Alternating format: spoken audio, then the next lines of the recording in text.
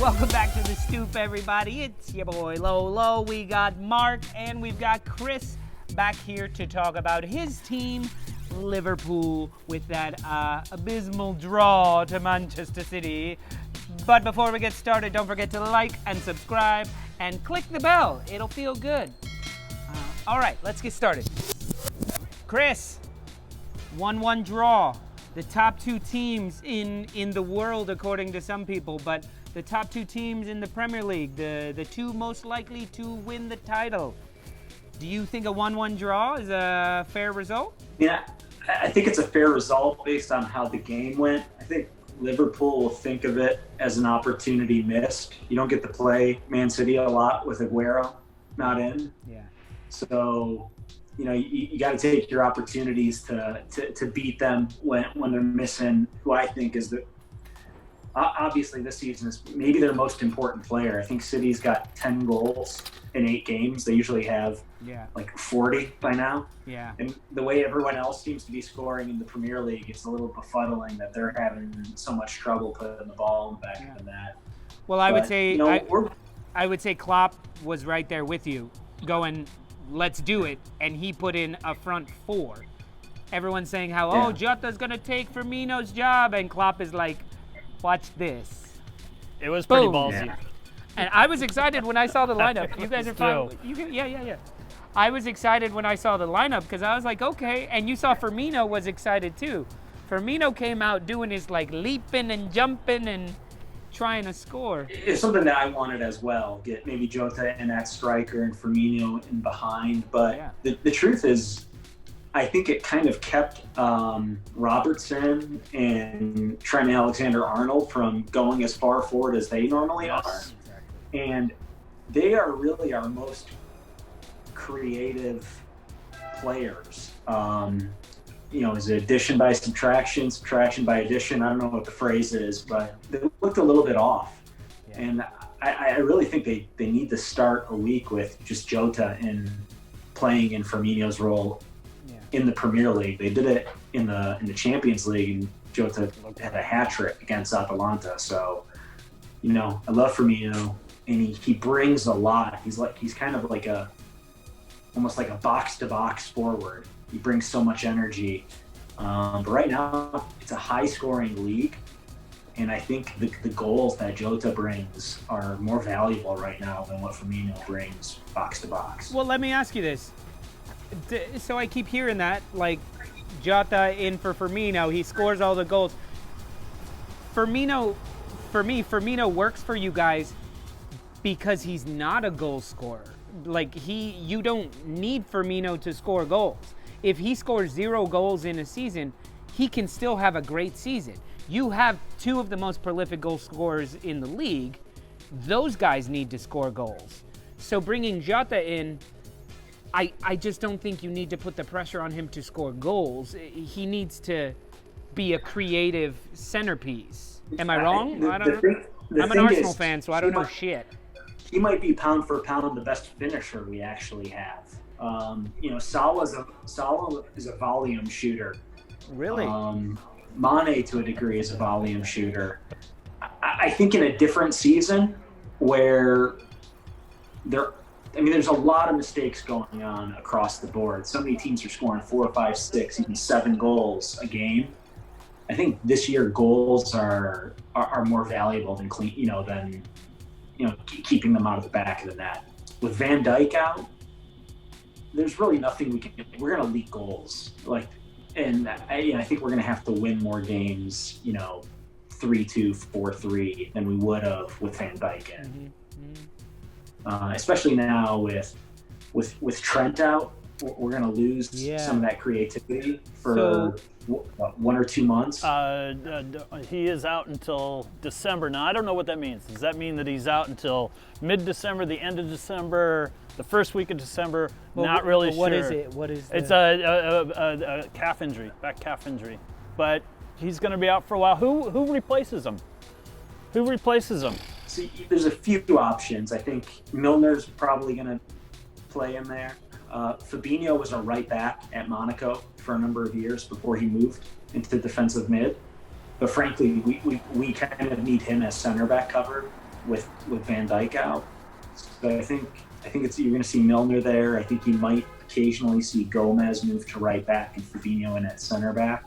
I mean, at this point, they got to deal with what they have until they can get to the transfer window and bring in a young center back, someone that they can have for the future but can plug in immediately. So riddle me this, Batman. What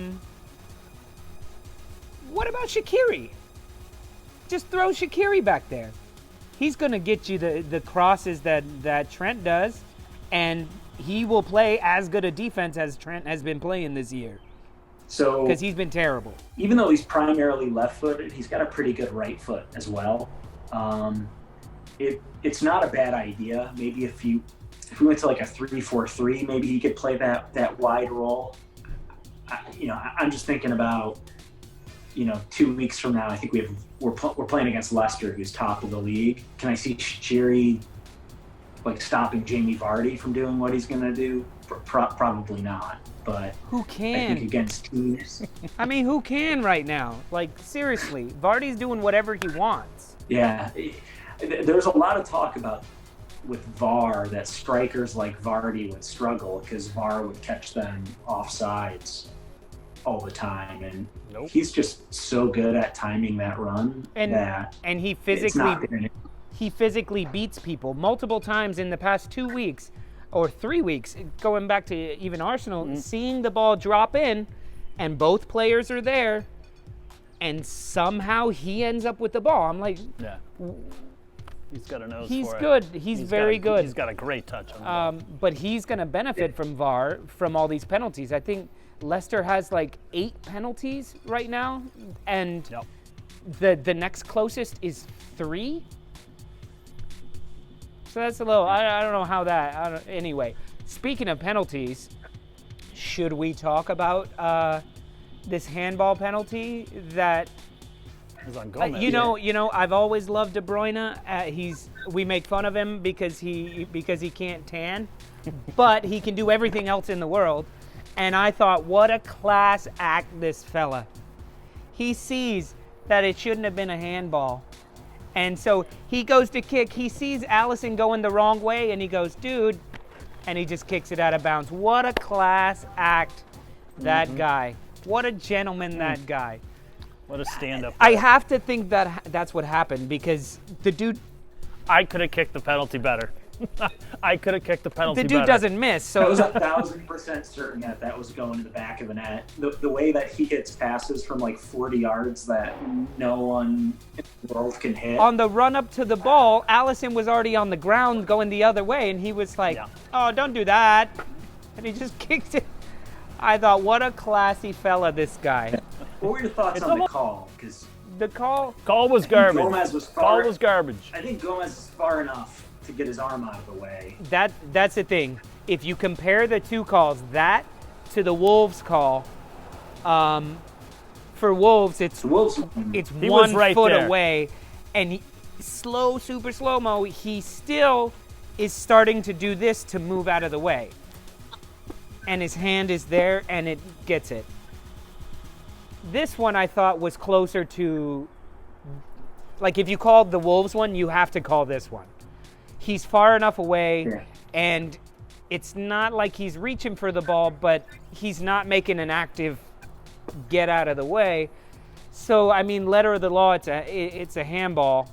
I felt like it was enough distance that... Yeah, I felt both players. I don't think we were as hard done as... that were showing that they had opportunity to move. I felt that they both were turning their bodies to move. But if you look at it, I forget who it was for you guys who actually got... Kilman. Okay. Kilman got the handball call. With him, he's as close as we are. Yeah. And he made a motion that was clear. Right. Fabinho, was it Fabinho? No, it was Gomez. Gomez was... He was good 5 yards away. Good 12 feet. Or 12 feet yards. away. For our British fans, 12 feet is like 10 meters. 14,000 meters. 20 decacubits. I don't know. Cubits? Is that how they built the ark? Yes. I don't know what they use. So he's like 10 feet away, and I felt that he had less motion to move away than Kilman did. But I Which still means think that that I one's still think more it of a was very handball than evident this that one. Gomez made the move. Yeah. I don't think it's really a handball, but it's more of a handball than the Wolves. It seems like we're right back where we were 5 weeks ago, when we had however many penalty kicks on handballs in 1 week, and it killed a bunch of teams' games. Yeah. Took a bunch of points off the board. Even Patrick Bamford got screwed by the handball rule because they were like, "Oh, we're going to include that in the offsides as well."